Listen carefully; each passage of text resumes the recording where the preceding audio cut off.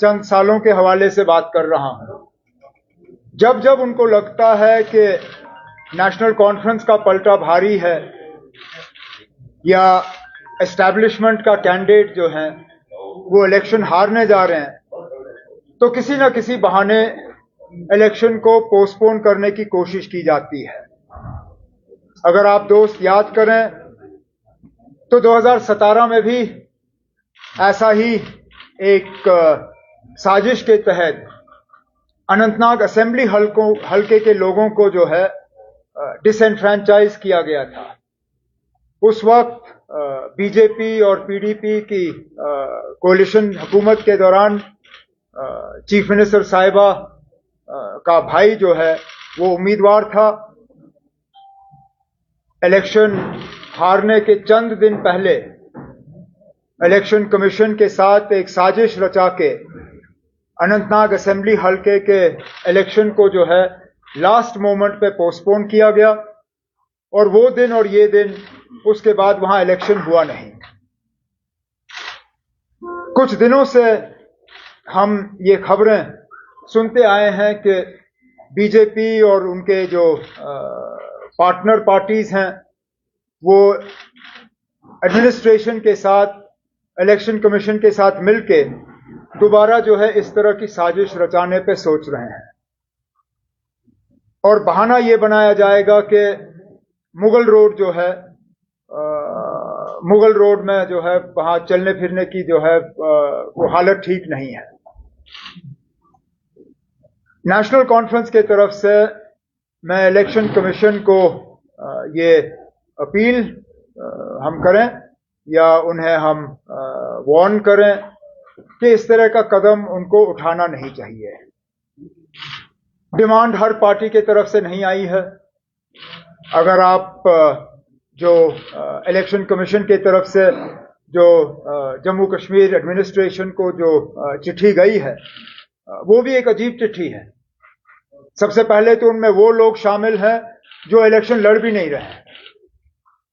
अब मुझे बताइए, पीपल्स कॉन्फ्रेंस का इसमें कोई उम्मीदवार है नहीं, बीजेपी का इसमें कोई उम्मीदवार है नहीं, उनको इस इलेक्शन से क्या लेना देना?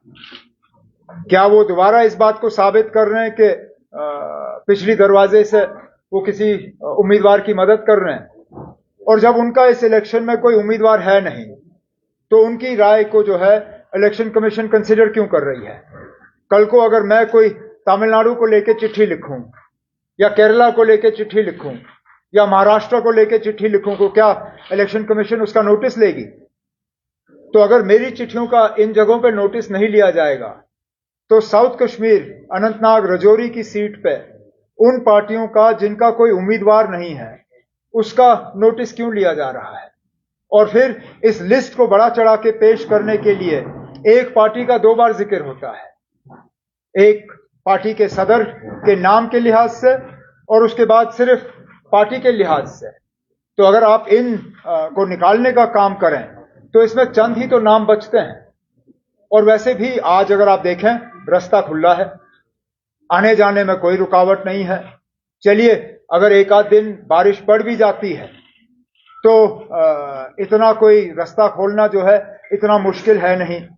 और अगर मेरे खुद के उम्मीदवार हैं, ये खुद कहते हैं कि अगर किसी वजह उनका प्रोग्राम जो है मुगल रोड से नहीं होता तो इनको कोई परेशानी नहीं है, ये रियासी से होते हुए इलाके में पहुंच के वहां अपना कैंपेन का शेड्यूल जो है वो चालू रखेंगे। तो इलेक्शन कमीशन जो है उनका फर्ज बनता है कि वो हर पार्टी जो है उनकी व्यूज को कंसिडरेशन में लाएं।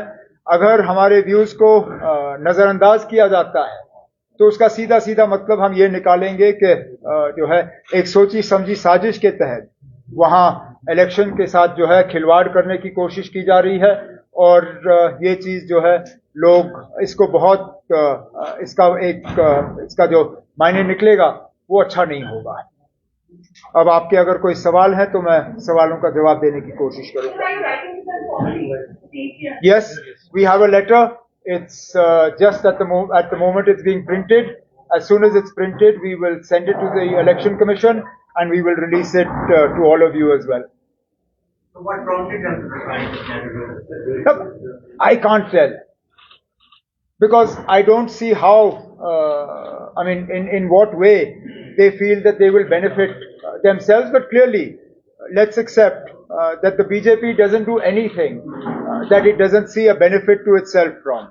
The fact that all its subsidiary parties are included in this list, including those parties that have not fielded candidates in this election, tells you everything you need to know as to why this conspiracy against the voters of Anantnag Rajouri Parliament constituency has been hatched.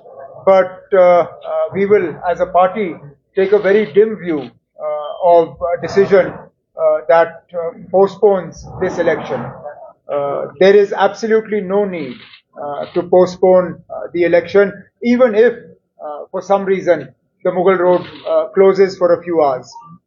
If they can keep roads to Kargil open, if they can keep roads to Gurez open, if they can keep roads to Tangdhar open, if they can keep roads to Keran open, if the road to Matsil can be kept open, then there is absolutely no reason why this road cannot be kept open, unless, of course, the administration wants to join in this conspiracy to tinker with the mandate of the people of Rajouri and Anantnag Parliament constituency.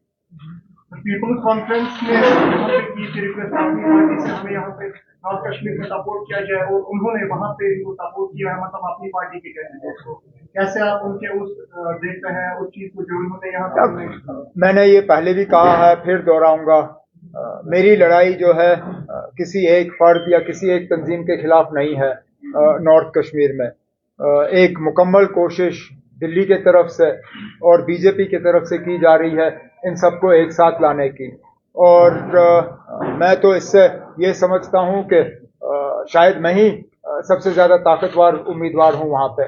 नहीं तो कल तक तो मुझे tourist कहा जा रहा था। अब बजाय मुझे ये समझाइए ना, आप अगर टूरिस्ट को हराने के लिए ये सब करने की जरूरत है तो जाहिर सी बात है कि टूरिस्ट ने उनको बहुत ज्यादा डराया हुआ है। और काश मैंने हिम्मत करके वहां कागज भरे, काश सजाद लोन साहब ने हिम्मत करके श्रीनगर में कागज भरे होते, हम भी देखते टूरिस्ट कौन है। एक चिट्ठी उठाई गई है पार्टी की तरफ से इलेक्शन कमीशन को, तो इलेक्शन कमीशन ने रिपोर्ट मांगी। क्या आपको डर है कि चुनाव पोस्टपोन होंगे? ना, ये इस तरह का जो हम देखते हैं ये पहली बार नहीं हो रहा है। और आप देखें, जैसे कहा गया था ना, क्रोनोलॉजी समझ लीजिए, आप क्रोनोलॉजी समझिए। ये पहले इन चीजों को पब्लिक डोमेन में एक हफ्ता 10 दिन पहले लाया गया था, जबकि रास्ता खुला था। कैंपेन का सिलसिला जो है उसमें कोई रुकावट थी नहीं। यहां तक कि जिसने सबसे पहले इसको पब्लिक डोमेन में लाने का काम किया था उसने रजौरी पुंछ जाने की कोशिश भी नहीं की थी। यहां घर बैठे बैठे सबसे पहले सोशल मीडिया के जरिए अपील की थी कि इलेक्शन जो है वो पोस्टपोन होना चाहिए। और आप देखिए ना, अब ये लोग किन से मिलकर ये सारा कुछ कर रहे हैं। बीजेपी अपनी पार्टी जिनका कोई उम्मीदवार, पीसी जिनका उम्मीदवार इस मैदान में है नहीं, उनके तरफ से इस तरह का अपील करना, उससे शायद आप ये समझ सकते हो कि इलेक्शन कमीशन पे बहुत ज्यादा दबाव बनाने की कोशिश की जा रही है।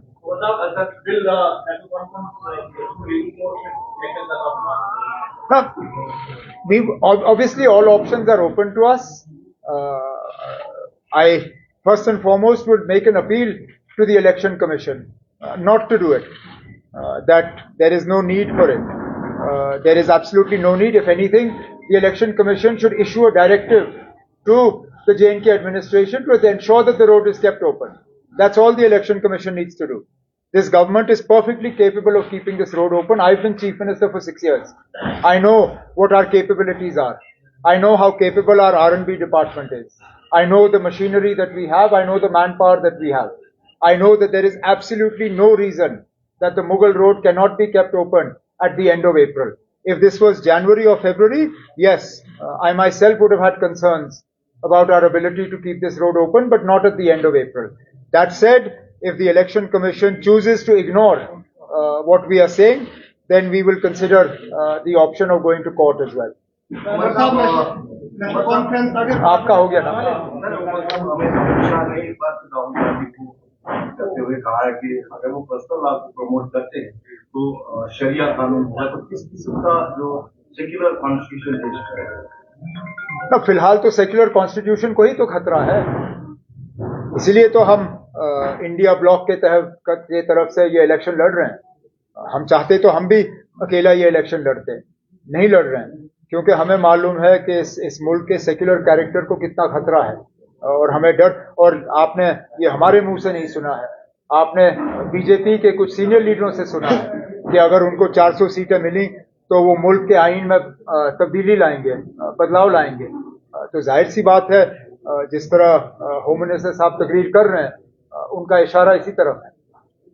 वो सब कल अगरवाला साहब ने कहा कि एडमिनिस्ट्रेशन जब रैली लेकर हम आ रहे थे तो बहुत तंग किया गया है, जगह जगह पे रोका गया है। क्या कुछ इस तरह की दूसरे कैंपेन में आपके साथ ऐसा हो रहा है? एडमिनिस्ट्रेशन का इल्जाम था कि एडमिनिस्ट्रेशन का एक बायस्ड अप्रोच तो है, उसमें कोई दो राय नहीं है, और मैं ये मतलब सबूत के साथ आपको कह सकता हूं। आप सिर्फ झंडे ले लीजिए, हमारे नेशनल कॉन्फ्रेंस के झंडे जो हैं, छोड़िए, मैं सड़कों की बात नहीं कर रहा हूं, जहां शेर कश्मीर दफन है